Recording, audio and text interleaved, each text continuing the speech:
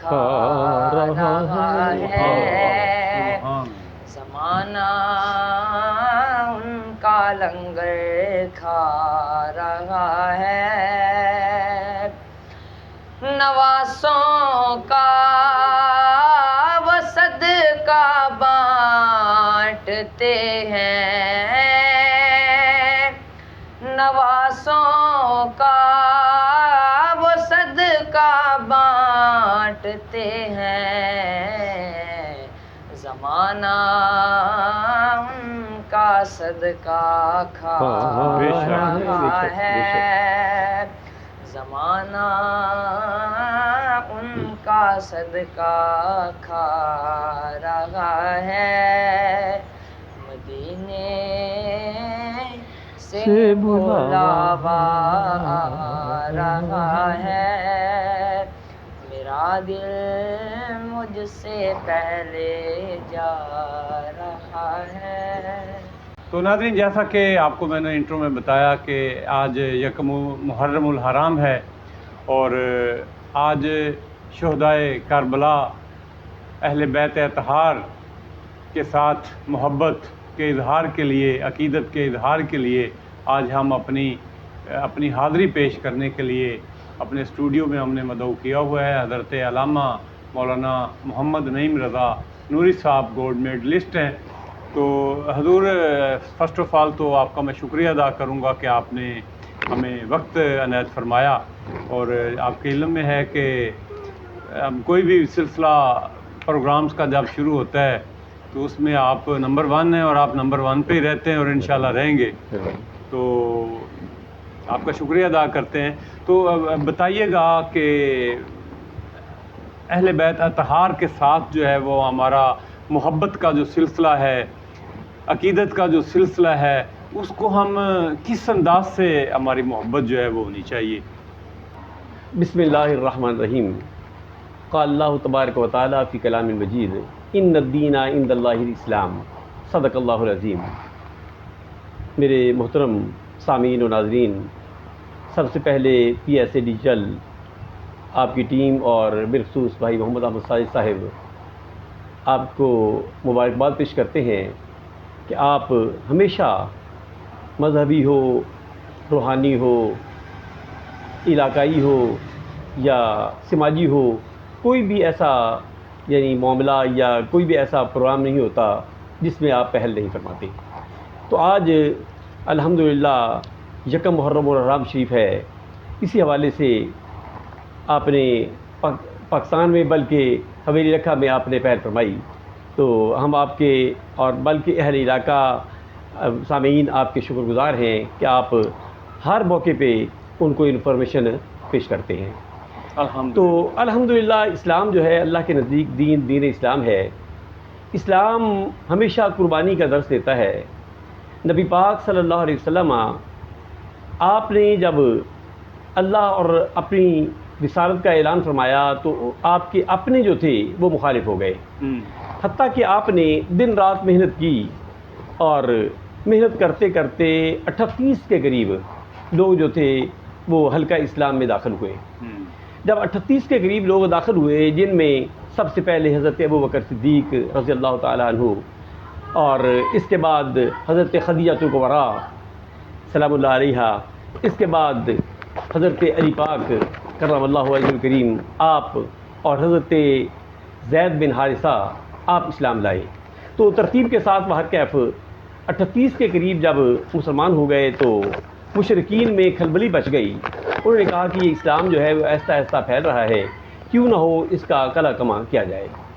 تو ادھر ان کی تدبیریں چل رہی تھیں، ادھر ابو جہل جو تھا اس نے نبی پاک صلی اللہ علیہ وسلم کو دیکھا تو سیخ پا ہو گیا، نعوذ باللہ اس نے آپ پہ پتھروں سے وار کیا جس سے آپ لہو لہار ہو گئے۔ آپ کعبہ شریف میں تشریف لے گئے، سجدہ ریز تھے، ادھر حضرت امیر حمزہ آپ شکار کر کے واپس آ رہے تھے، اور آپ کا یہ طریقہ تھا کہ جب شکار کر کے آتے تو بڑے اترا کر چلتے تھے، بڑی شیخی کے ساتھ۔ آپ بڑے اترا کر بڑی بہترین ٹور کے ساتھ آ رہے تھے، تو 2 عرب خواتین جب انہوں نے دیکھا تو انہوں نے کہا یہ امیر حمزہ آ رہے ہیں، کاش ان کو پتہ چلتا کہ ان کے بھتیجے کے ساتھ ابو جہل نے بہت بڑا ظلم کیا ہے تو آج یہ ایسا اترانہ نہ ہوتا۔ آپ نے جب ان کی بات کو سنا تو قریب آئے، پوری بات پوچھی۔ انہوں نے کہا کہ اس طریقے سے بات ہوئی ہے کہ اس نے ابو جہل نے بہت بڑا ظلم کیا، لیکن محمد صلی اللہ علیہ وسلم خاموش رہے۔ آپ نے ہر چیز کو چھوڑ چھاڑ کے ابو جہل کی تلاش میں نکل پڑے۔ جب پہنچے تو کیا دیکھتے ہیں کہ ابو جہل بیٹھا ہوا ہے۔ آپ نے کہا کہ نیزہ تھا آپ کے پاس، سر کے اوپر مارا، اس کا سر پھوڑ دیا، اور ساتھ کہا کہ کیا تو نے میرے بھتیجے کو اکیلا سمجھ لیا ہے؟ ابو جہل کے ساتھی لب کے دوڑے مارنے کے لیے تو، لیکن ابو جہل سمجھتا تھا کہ غلطی میری ہے۔ اس نے کہا بھی رک جاؤ، کبھی ایسا کام نہ کرنا۔ وہ رک گئے۔ ادھر آپ صلی اللہ علیہ وسلم کی خدمت میں حضرت امیر حمزہ تلاش میں دوڑ پڑے۔ چلتے چلتے دیکھا تو کعبہ کے صحن میں نبی پاک صلی اللہ علیہ وسلم سر سجود ہیں۔ تو آپ نے کہا کہ اے میرے بھائی کے بیٹے، سر اٹھاؤ۔ 3 دفعہ آپ نے کہا ہے۔ تیسری دفعہ نبی پاک صلی اللہ علیہ وسلم نے جب سر انور اٹھایا تو آپ نے فرمایا کہ میں نے ابو جہل سے تیرا بدلہ لے لیا ہے۔ سرکار صلی اللہ علیہ وسلم نے فرمایا کہ مجھے اس چیز کی کوئی خوشی نہیں ہے۔ آپ حیران ہوئے۔ آپ نے کہا بیٹے تو کیا خوشی چاہتا ہے؟ تو آپ صلی اللہ علیہ وسلم نے فرمایا کہ جو میں دین اسلام لے کر آیا ہوں، اللہ کی وحدانیت اور اپنی رسالت کا سبق دے رہا ہوں، آپ اگر اس حلقہ میں شامل ہو جائیں تو اس سے بڑھ کر مجھے اور خوشی نہیں ہوگی۔ فوری آپ نے کلمہ شریف پڑھا اور حلقہ وگوش اسلام میں داخل ہو گئے۔ ادھر یہ ہوا تو نبی پاک صلی اللہ علیہ وسلم خوش ہوئے، خوش ہو کر کعبے کی جو غلاف تھا اس کے ساتھ چمٹ گئے۔ چمٹ کر اللہ کی بارگاہ میں عرض کی کہ یا اللہ ایک شیر تو نے عطا کر دیا، اب 2 میں سے عمر بن حشام ابو جہل کا نام تھا اور عمر بن حضرت خطاب حضرت عمر فاروق کا نام تھا، ان 2 میں سے ایک شیر مجھے عطا فرما دے۔ دعا فرمائی آپ نے دعا فرمائی۔ بس ادھر دعا قبول ہوئی۔ ادھر عمر فاروق رضی اللہ تعالیٰ عنہ جب انہوں نے دیکھا کہ اسلام جو ہے وہ پھیل رہا ہے تو دل میں خیال پیدا ہوا کہ کیوں نہ ہو جو بانی اسلام ہے نعوذ باللہ ان کا ہی کلا کما کر دیا جائے تاکہ نہ رہے بانس نہ بجے بانسری۔ وہ آپ صلی اللہ علیہ وسلم کو قتل کرنے کے ارادے سے گھر سے نکلے، تلوار کو زہر کے ساتھ آلودہ کیا ہوا ہے۔ جب راستے میں پہنچے تو کیا دیکھتے ہیں کہ حضرت نعیم آپ ملے۔ انہوں نے کہا کہ اب کہاں جانے کا ارادہ ہے؟ انہوں نے کہا بھی نعوذ باللہ یہ کام کرنے جا رہا ہوں۔ آپ نے کہا پہلے اپنے گھر کی خبر لو، تیری بہن اور تیرا بہنوئی جو ہے وہ مسلمان ہو چکے ہیں۔ دوڑ کر جب گئے تو کیا دیکھتے ہیں کہ اندر قرآن کی تلاوت کی آواز آ رہی تھی۔ حیران ہوئے، دروازہ نوک کیا۔ جو قرآن پڑھا رہا تھا اس کو تو آپ کی بہن نے چھپا دیا۔ دروازہ کھولا تو حضرت عمر فاروق نے کوئی نہ آؤ دیکھا نہ تاؤ بہن کو پیٹنا شروع کر دیا، حتیٰ کہ بہن نے کہا کہ بھائی جس بات سے تم مجھے مار رہے ہو اگر میری جان بھی چلی جائے تو میں اسلام کو نہیں چھوڑ سکتی۔ انہوں نے کہا کہ پھر جو تو پڑھ رہی تھی وہ مجھے سنا۔ آپ نے کہا ایسے نہیں، پہلے نہاؤ، غسل کرو، غسل کرنے کے بعد قرآن پاک کو ہاتھ لگانا کہ لا یمسہ الا المطہرون، کہ جو پاکیزہ ہوتے ہیں وہی اس کو مس کر سکتے ہیں۔ نہانے کے ساتھ ہی جب قرآن کی تلاوت دیکھی تو سورہ طٰہٰ کی آیات جب پڑھی تو بس دل جو تھا نا وہ مائل ہو گیا۔ کہنے لگے کہ جس محبوب کی بارگاہ میں تم جھکے ہو وہاں مجھے بھی لے کر جاؤ۔ اب عمر چل رہے ہیں، چلتے چلتے سرکار صلی اللہ علیہ وسلم کی بارگاہ میں پہنچے۔ جب پہنچے تو حضرت امیر حمزہ اور دیگر صحابہ انہوں نے دیکھا کہ عمر آ رہے ہیں تو حضرت امیر حمزہ کھڑے ہو کر کہنے لگے کہ اگر اچھی نیت سے آیا ہے تو فابہا وکرنا، اس کی تلوار سے میں اس کا سر جو ہے وہ جدا کر دوں گا۔ عمر آئے، سرکار صلی اللہ علیہ وسلم کی نظروں کے ساتھ جب نظریں ملی تو قدموں میں گر گئے کہ آقا مجھے کلمہ پڑھائیے۔ بس آپ نے کلمہ پڑھا۔ صحابہ کرام حضرت امیر حمزہ انہوں نے اللہ اکبر کا نعرہ ایسا بلند کیا کہ پورے مکے کی فضاؤں میں وہ نعرہ تکبیر جو تھا وہ بلند ہو گیا۔ اب حضرت عمر فاروق نے عرض کی کہ یا رسول اللہ ہمارا دین سچا ہے، ہم سچے ہیں۔ اب سرکار نے فرمایا کہ بالکل، فرمایا کہ پھر چھپ کر ہم نماز نہیں پڑھیں گے۔ آقا اسلام کے ساتھ چل پڑے اور کعبہ میں جا کر آپ نے کھلم کھلا اعلان فرما دیا کہ کوئی ہے اپنے بچوں کو یتیم دیکھنا چاہتا تو عمر کے سامنے آئے۔ پہلے یہ سلسلہ تھا کہ مسلمانوں کو مکہ میں نماز ادا کرنے کے لیے بڑی مشکل کا سامنا کرنا پڑتا تھا، حتیٰ کہ آپ 40ویں تھے مسلمان ہو گئے۔ ادھر اسلام پہ بہت بڑی ذریعے قتل و غارت اور اسلام پہ بہت بڑے ظلم ڈھائے گئے، حتیٰ کہ شیب ابی طالب میں بھی محصور کیا گیا۔ کرتے کرتے، کیونکہ اسلام جو ہے نا وہ ہمیشہ قربانی کا درس دیتا ہے. اگر دیکھا جائے تو اسلام کا آخری مہینہ جو ہے سال کا، یہ بھی قربانی کا درس دیتا ہے. حضرت ابراہیم علیہ السلام اور اسماعیل علیہ السلام آپ کی قربانی بہت بڑی، یعنی جس کا قرآن پاک میں بھی ذکر ہے.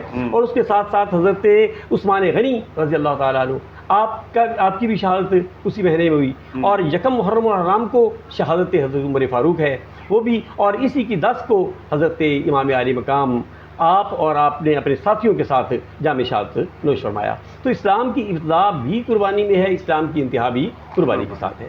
نبی پاک صلی اللہ علیہ وسلم نے جب یعنی یہ سارے معاملات کو دیکھا تو اسلام کی خاطر آپ نے یعنی قربانیاں بھی پیش کیں، صحابہ کرام نے بھی قربانیاں پیش کیں، دن رات ایک کر دیا، حتیٰ کہ یعنی درختوں کے پتے تک بھی آپ کو کھانے پڑے، لیکن اسلام کا دامن جو ہے آپ نے ہاتھ سے نہ چھوڑا.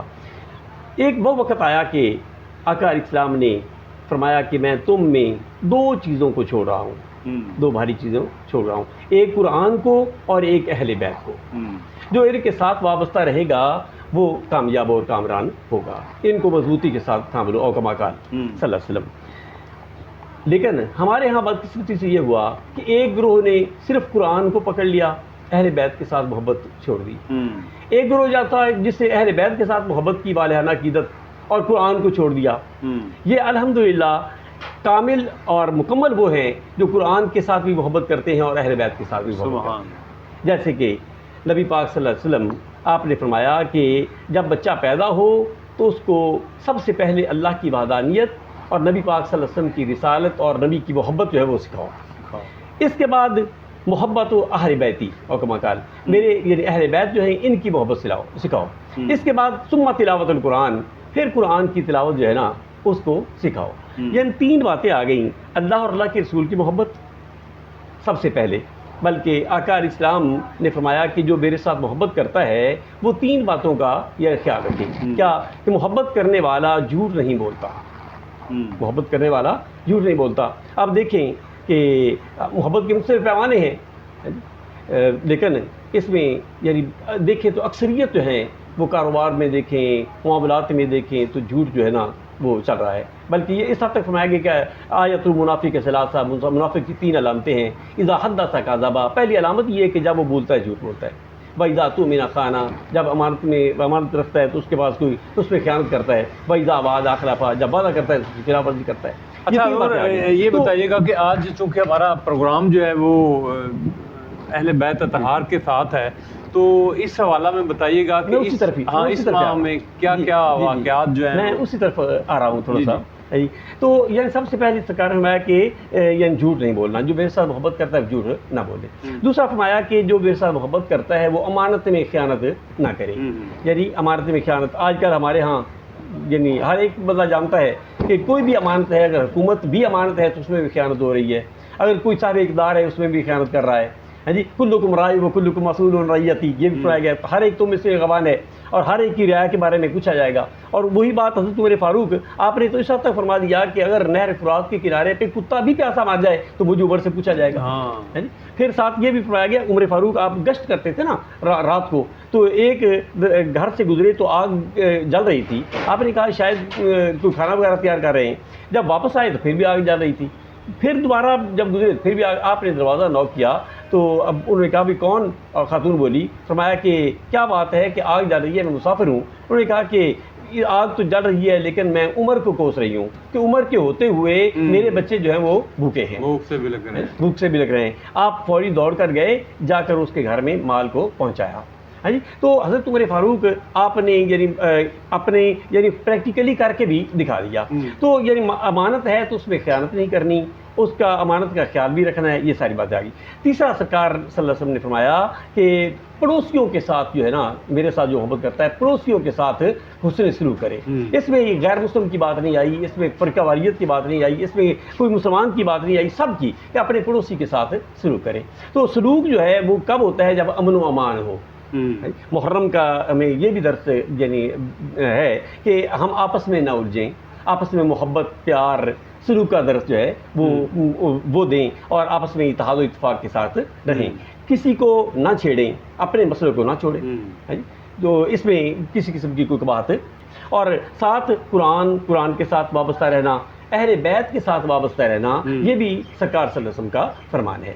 اہل بیت کے ساتھ وابستگی حضرت عمر فاروق رضی اللہ عنہ آپ سے ہی پوچھ لیتے ہیں، آپ کے بیٹے حضرت عبداللہ ابن عمر آپ اور حضرت امام حسین رضی اللہ عنہ آپ کھیل رہے تھے، کھیلتے کھیلتے کسی بات میں تھوڑا سا جھگڑا ہوا تو حضرت امام حسین فرمانے لگے کہ چلے تو کون ہے، تو بھی گولا، میرا گولا، تیرا باپ میرے نانا کا گولا، نوکر غلام۔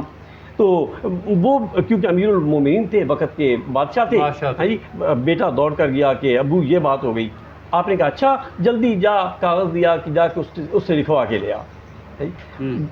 بچہ دوڑتا ہوا گیا، حضرت عبداللہ ابن عمر جا کر انہوں نے کہا دوبارہ، مجھے تو فکر ہے اس میں، تم میرے غلام ہو، تیرا باپ جو ہے وہ میرے نانا کا غلام ہے۔ ان کا مجھے لکھ دیا، آپ نے تحریر لکھ دی، سائن کر دیے۔ جب سائن کیے دوڑ کر گئے، دیکھو ابو کتنی جسارت کہ اس نے آج لکھ بھی دیا، آنکھوں میں آنسو آ گئے، فرمایا کہ بیٹے یہ مجھے جنت کا پیمانہ مل گیا ہے۔ اللہ، یہ ایسے کرنا کہ جب میری موت آئے تو میری کفنی جو ہے کفن اس میں اس کو رکھ دینا، جب مجھے فرشتے اٹھا کر کہیں گے من ربو کا، ما دینو کا، ما تقول، وہ سارے سوال کریں گے تو میں یہی کرپاس جو ہے، یہ کاغذ جو ہے یہ پیش کر دوں گا کہ مجھے شہزادہ امام حسین جو جنت کے صدار ہیں، کیا بات ہے، نوجوان جنت سے الحسن والحسین سیدہ شباب اہل جنہ، جو جنت کے صدار ہیں، انہوں نے مجھے لکھ کر دے دیا ہے، میں تو ان کے غلاموں کا بھی غلام ہوں۔ یہ یعنی محبت اہل بیت جو ہے نا، اس کا یعنی زوالحانہ عقیدت یعنی اس سے ثابت ہوتی ہے۔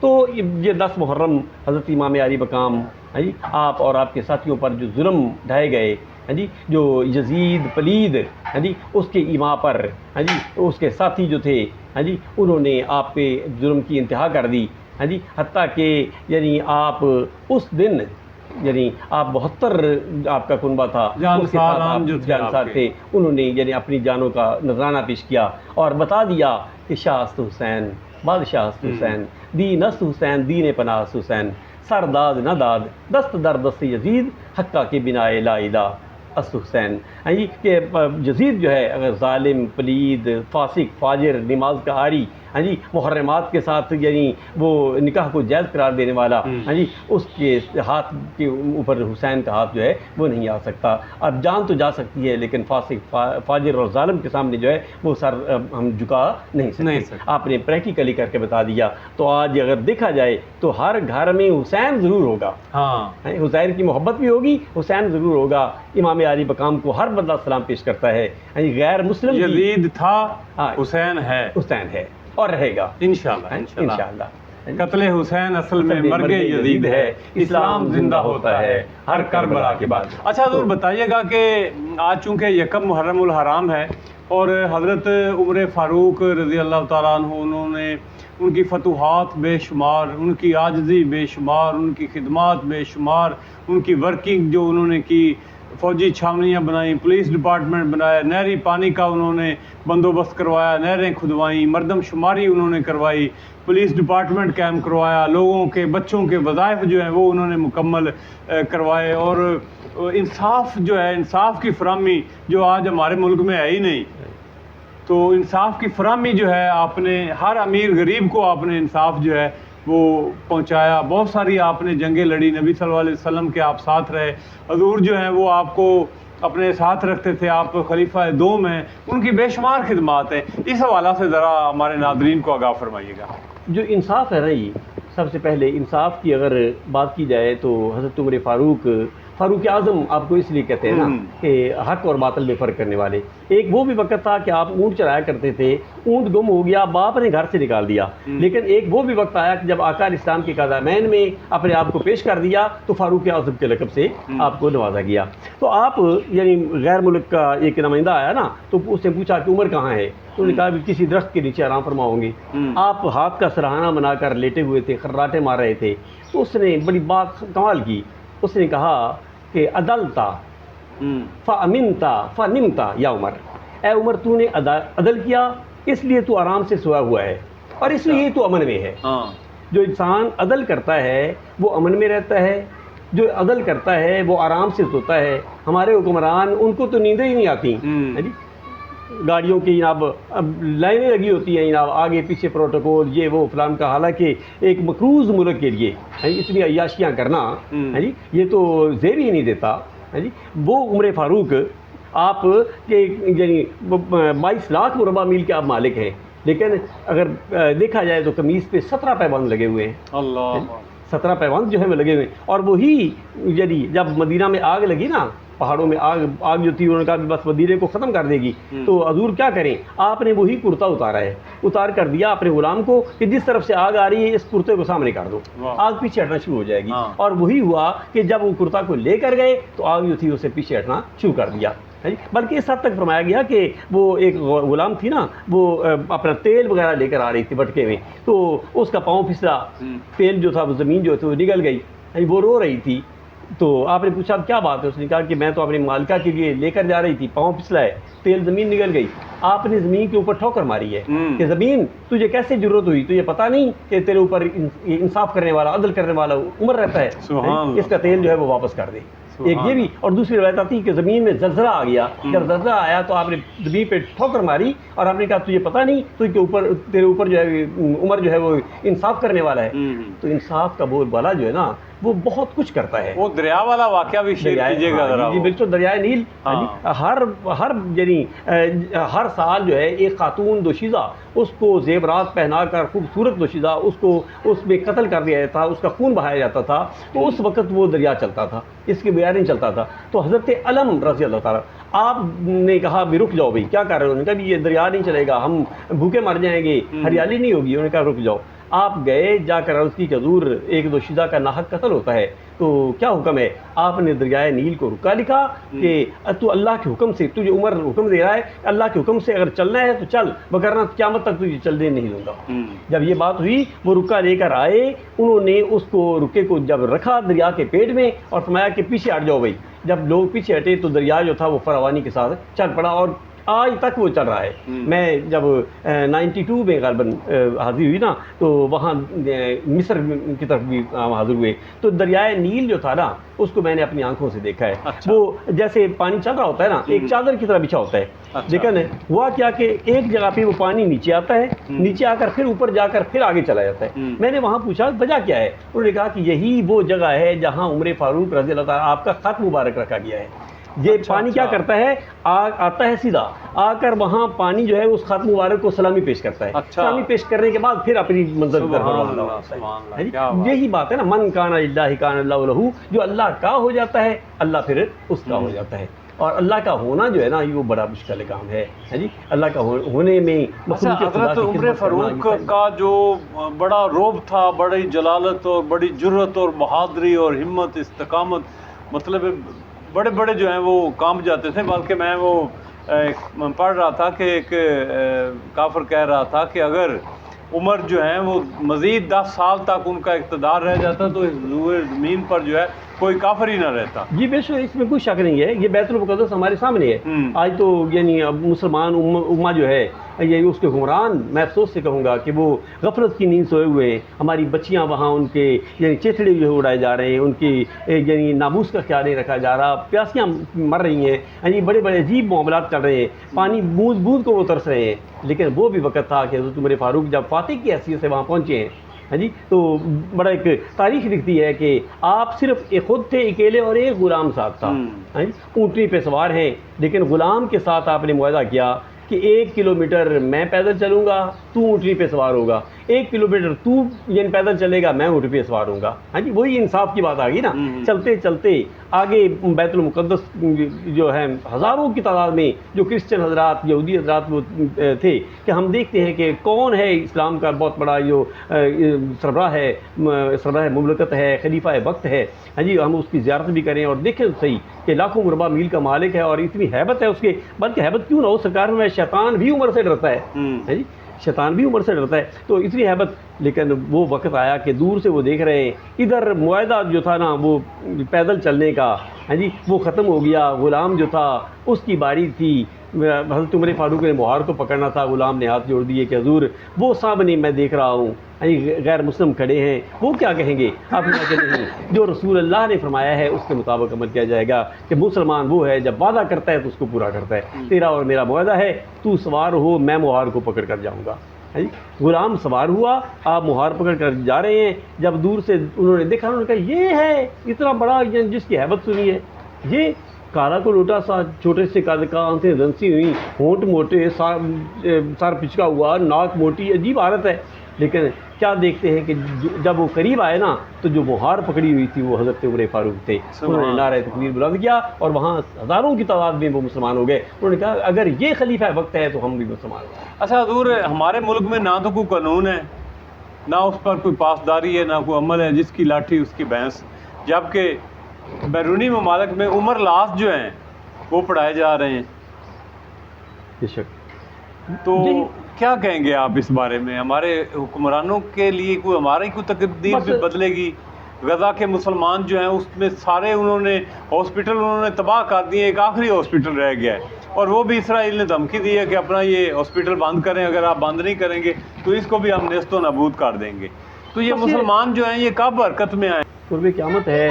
مسلمان جو ہے وہ غفلت کی نیند سویا ہوا ہے. اس حد تک سرکار کا فرمان ہے نا کہ یعنی دشمن جو ہے وہ مسلمانوں پہ ایسے جھپٹیں گے جیسے کتے جو ہے وہ یعنی آپ کھانے پہ جھپٹتے ہیں. تو پوچھا گیا حضور اس وقت تعداد کم ہوگی؟ فرمایا کہ تعداد کم نہیں ہوگی لیکن وہ لوگ جو ہیں وہ لالچی ہوں گے. آج لالچ میں یہ سب کچھ ہو رہا ہے. ہر بندہ آپا دھاپی کش. آج ہمارا ملک جو ہے وہ قرضوں میں ایسا جکڑا ہوا ہے.